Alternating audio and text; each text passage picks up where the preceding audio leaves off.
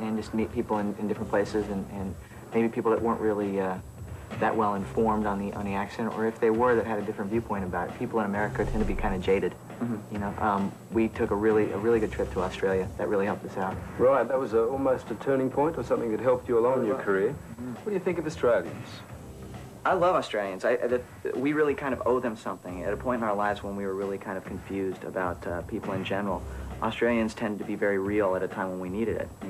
We needed to be called on a lot of stuff.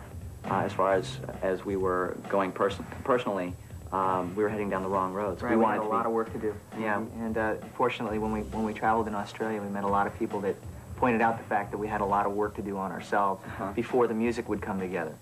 We were always saying to ourselves, well, geez, why isn't the music happening? Why aren't we signed yet? What's going on? Why don't these people see it? And really, it was inside of us. It was inside of us. And only then, when it was pointed out to us, could we become focused. The music became focused in turn, and then it all started happening from there. What happened when you got back? You thought, right, let's go mad.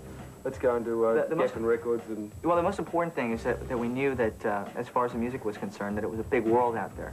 A lot of musicians in Los Angeles tend to only use L.A. as it's like their own little bubble world, and as long as they're successful in Los Angeles, or they make music that appeals only to Los Angeles or Americans, then they're going to be fine. But it's a big world out there, and we wanted it to be an international sound and an international band. So that really had a big impact. It broadened our horizons quite a bit. It helped have an Australian guitar player, huh? Yeah. Well, that's right, because these guys actually pinched one of our Australian guitar players from the John Farnham band. John, if you're watching, I know you're pretty upset about the whole thing. How did you meet him? Well, actually, it was indirect. It was through our manager in Australia, a guy named Jeff Shoecraft. He called us up one day. We were making demos. We made 56 demos for the record, so it was over about a 3-year period. So we were back in the demo phase, and we were starting to put the band together. And Jeff called us one day and said, God, you guys would not believe it. I saw the most incredible guitar player. You went, sure. Yeah, exactly. I said, yeah, come on. And it was the normal kind of came out of nowhere, taught himself how to play on a farm kind of thing. Right. And he did. And he sounds unlike anybody else. And that's really what we wanted. We wanted a band of virtuoso players, but a band that didn't sound like anything else. A band that sounded like Nelson.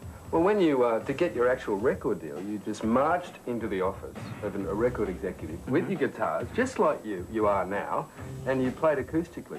Yeah, it was more or less. It was after about a year's worth of negotiations that weren't going anywhere, and we just decided to go for it. We just got frustrated and got our confidence back between the lawyers and managers and everything. No one could get it together to finally ink the deal.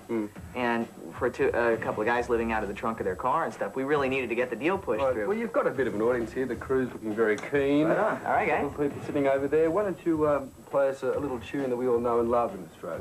We would love to. Well, when we went into the office, this is kind of what it sounded like. Right. Okay. Ready? 2, 3, 4.